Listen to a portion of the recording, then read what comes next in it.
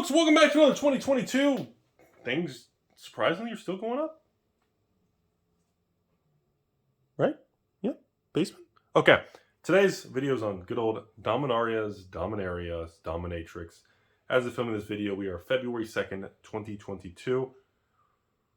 Cheapest eBay for English Dominaria shipped, not including taxes, if depending on where you're located, is $250 a box plus tax. TCG player is like maybe $230 plus tax. So essentially, let's discuss what I see going on.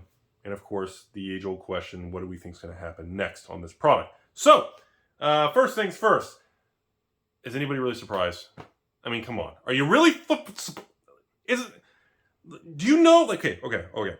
When this product came out, I couldn't keep it in stock. This is one of the products, even when it came out and I was selling them for like 80 to the patrons, I would run out. I kept running out. I couldn't even keep the product in stock.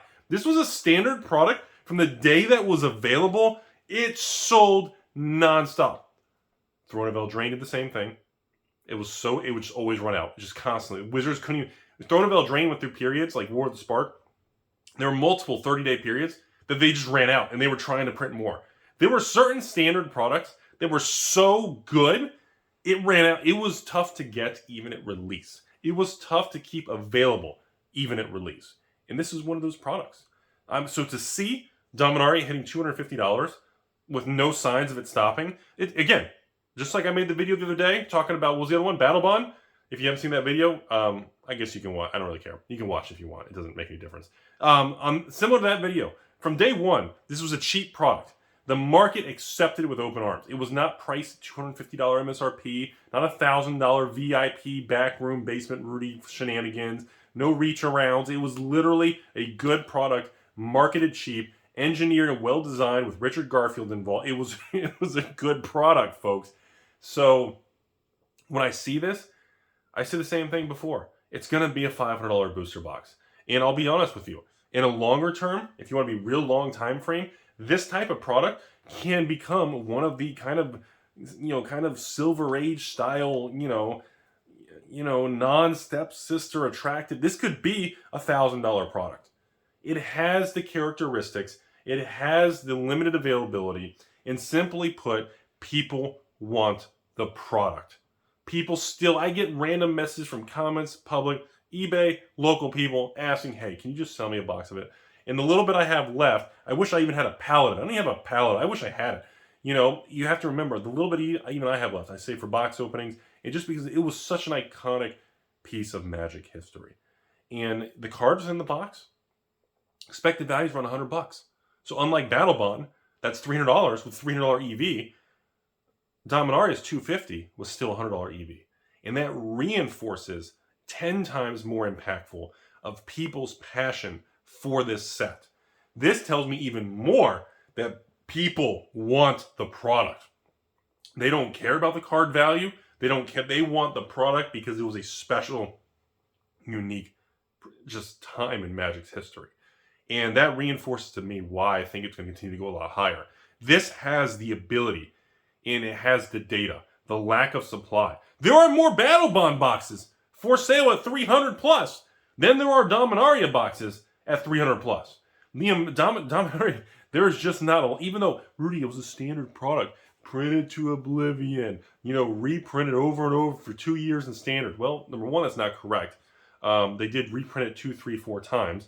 2, Dominaria was one of the sets cut short, similar to Rivals of Ixalan, similar to Gate Crash. Eldritch Moon, Hour of Devastation, but didn't have an extra print run.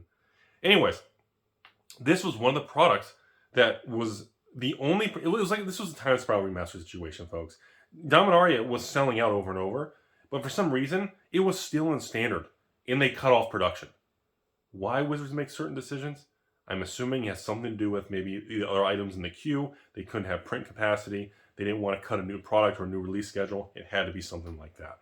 So, in conclusion, you have a tremendous $100 EV disparity to almost to $250 a box, and the demand on a product like this is very strong, and it's always going to be. This is a product unlike Battle Bond or unlike, Bazaar of Rudy's Baghdad.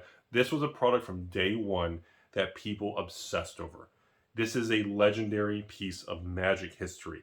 I'd even be willing to go as far as saying that, and when you look at like a Bronze era of Magic, remember, pre-Flashy era, pre-Throne of Eldraine, you know, a product like this may be Dominaria and War of the Spark are probably like the golden child of that era, of this bronze, kind of third gen era of Magic. I mean, there's no collectors, there's no set boxes, there's no commander decks of Dominaria.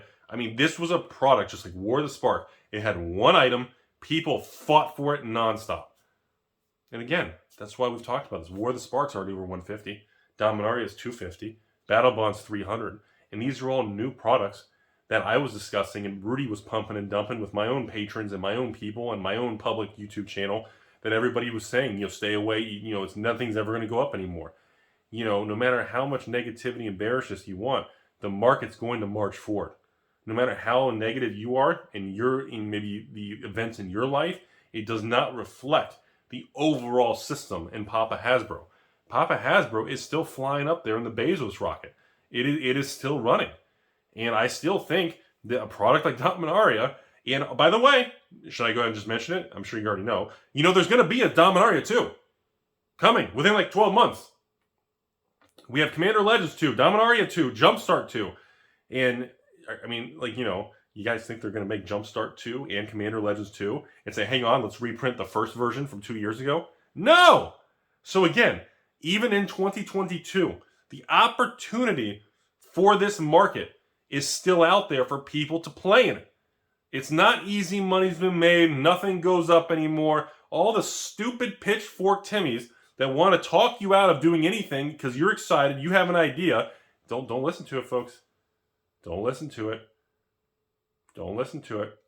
Anyways, I just want to make a video today about Dominaria. It's been a while, and I cannot believe it's at $250 already. I remember talking about this in 2021, thinking this is going to be a $200 box. I cannot believe it's $250. And looking at how many boxes are for sale, seriously, add up all the boxes of English Dominaria on TCG Player and eBay. If you wanted to, you couldn't even get 50, 60 boxes. That's 10 cases. You couldn't even get that. Even if you bought every Dominaria box up to $500 right now on the open market. That's how much is left.